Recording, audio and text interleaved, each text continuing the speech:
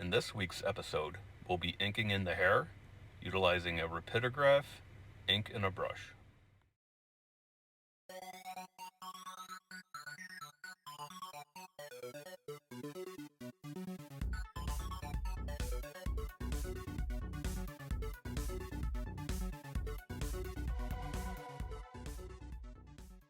Start working on our hair. I have some of the highlights indicated. Rapidograph, Koh-I-Noor 0.35. I'm just going to indicate where the highlights are going. Now, with the rapidographs, you could probably do the whole hair. You could just do some of this outlining like this, getting the highlights where they're going to go, and then pretty much fill it in with your rapidograph. Me, I'm just going to get these highlights started here. And most likely, I usually paint my hair in when it's dark hair with Indian ink, so I'll probably go that route. Just to get the really heavy black areas done, like in here, around the face. I want to do hair in, dark hair especially, in masses. Similar to oil painting. If you're doing oil painting, you want to mass in the areas. You don't want to be going and doing individual hairs like this. Oh, I'm doing her hair with all these little hairlines, you know. This has a tendency to look very unprofessional. I'm doing these lines in an area, I'm going to darken them up dramatically, so it doesn't really matter for me. Okay, some people do that, and then maybe we'll try to do the shading areas by going over it a little more. But stay away from doing 10,000 billion, trillion, quadrillion lines. Okay? The lines you can use them in the highlighted areas. This large highlight in here, it's kind of hard to see. I got it. The hair is kind of twisting around in here. So where the highlights are, you can get away with the lines. And you'll see how that massing it in with the brush will make a big difference. So this hair on this photograph does not have super bright highlights. Because of that, where the highlights are, I am using the line work. It's up to you.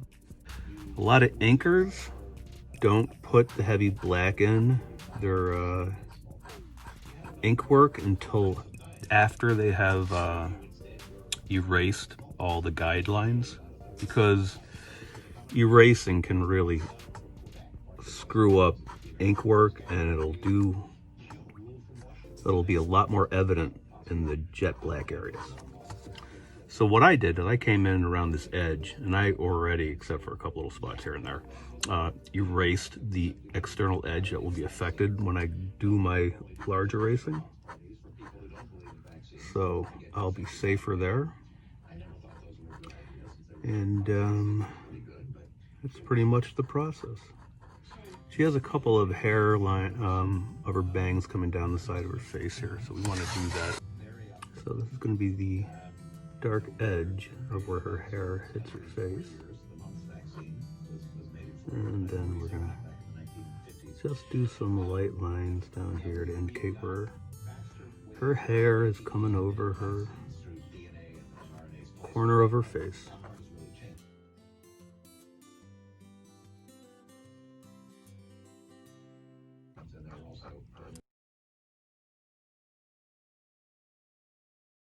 So this is another thing that makes life easier. If you're not really good at brush work, but you want to successfully use a brush so you can do, say, a large area of black. If you are not good at coming in up to the edges, for example, this finger here has the hair behind it, large black mass. Well, see how fine my outline is? So what I would do, if I'm iffy, if I don't have a real steady hand and I'm doing a large black mass, I would take this larger rapidograph. In this case, it's a number 2, a 0.60. So I'm coming up in here where the black is, and I'm making this line heavier. So then, when I ink in the shadowed areas, I really don't have to worry that much about my brush going into this finger. Okay, I can make a nice border around there. Nice border here, indicating where my brush is going to go.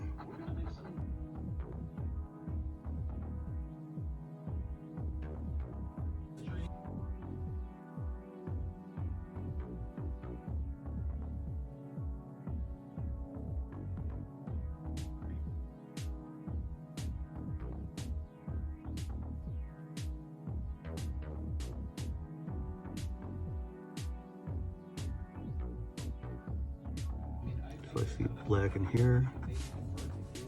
Let's get the black where the brush is going to get close to the face.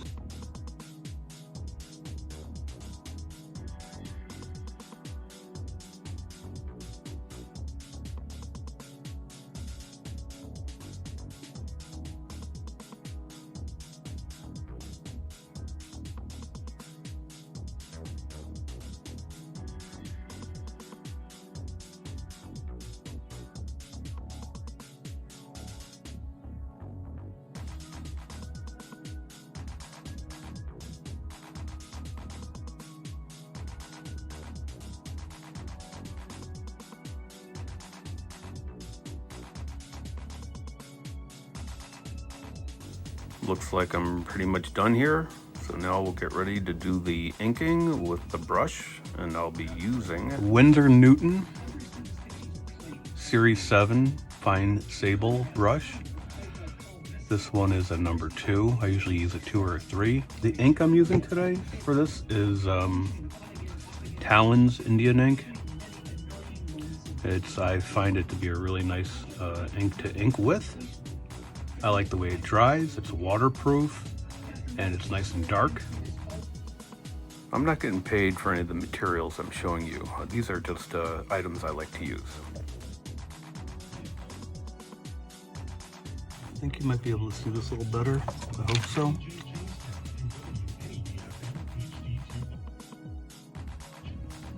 Sable is loaded up and ready to go, and I'm just doing really light lines and slowly darkening it up, because they're a highlight, but they're not a very bright highlight. It's not like I'm doing somebody who has hair styling grease in their hair with a bright light hitting it. That would give you a really bright highlight.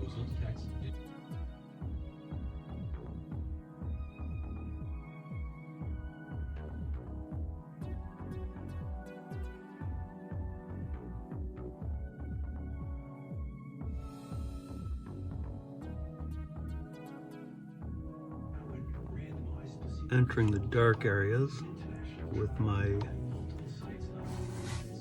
paintbrush, doing this technique to like darken it up, because I want to flare out the ends where the highlight is. So I'm doing that type of thing. So this would be black in here, and it's getting lighter where the highlight is.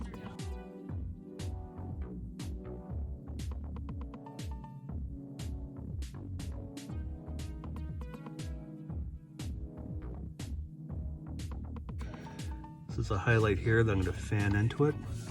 I'm noticing that I have too much ink to fan properly, so I'm going to be removing some of this ink from my brush.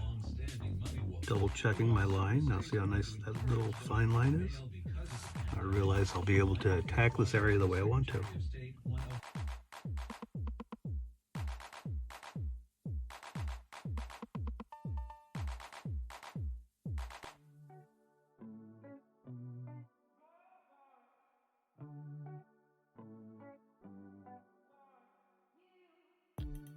There's a twist here,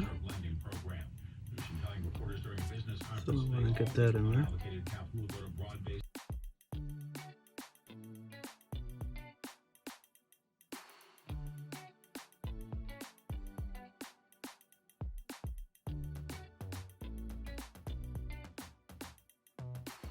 shadow comes up, where the dark part of the hair comes up pretty high in here. Where I put my lines is to show you how not to do it. I'm just going to go right over them.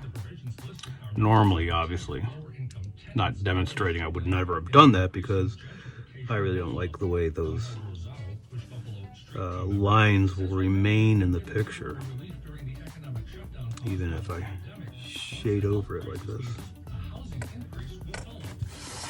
A little shadow here because the hair is running on a strange angle.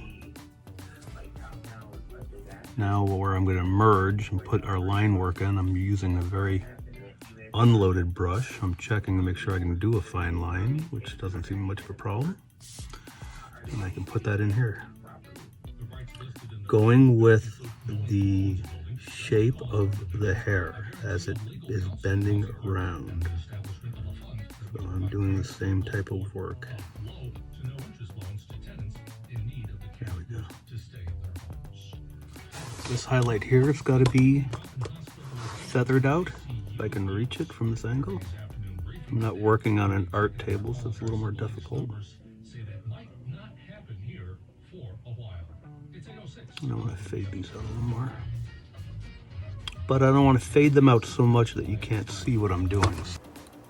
I might go back and darken things up, but it's always best to start too light and darken than to darken too early.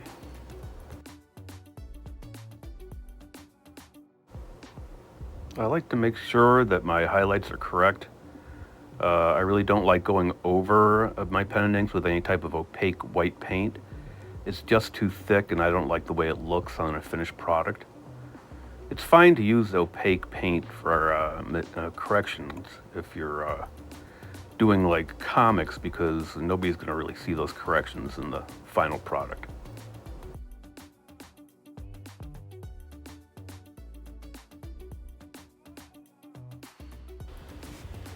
Now I'm checking my light areas, make sure that I have the highlights as dark as I want. I'm going to come up and check my edges and smooth out anything that needs to be smoothed out. I'm going to come back in and add a couple of hairs. Even if you did something like this and it was a mistake, you don't fret about it because it's hair and no one's really going to know. Okay, same with the bottom. You know, say I was sitting there and I made a mistake. I put a hair in like this. Well, it's no big deal. I can just fill it in and it's really not recognizable. Hair is hair, so nothing to get anxious about. So here is where I initially laid those itty bitty little hair lines down to show you why I don't like them, why I'd rather paint in large blocks with a brush, because you can see these little hair lines through the brushwork over on top, especially under bright lights hitting it from an angle. So I try to avoid that look. Right now, this is pretty much done. If I have to come back after I erase and touch up some of the edge work, I will do it at that time. I'm going to leave most of this grid still in here because I'm not sure if I'm going to be putting any background in yet or not. Well, looks like she's done for today. Coming up soon, I'll be erasing the rest of the pencil marks on the body, merging all the values together, and coming up with a nice finished product. If this video has been any help, hit the like button and subscribe. See you next time.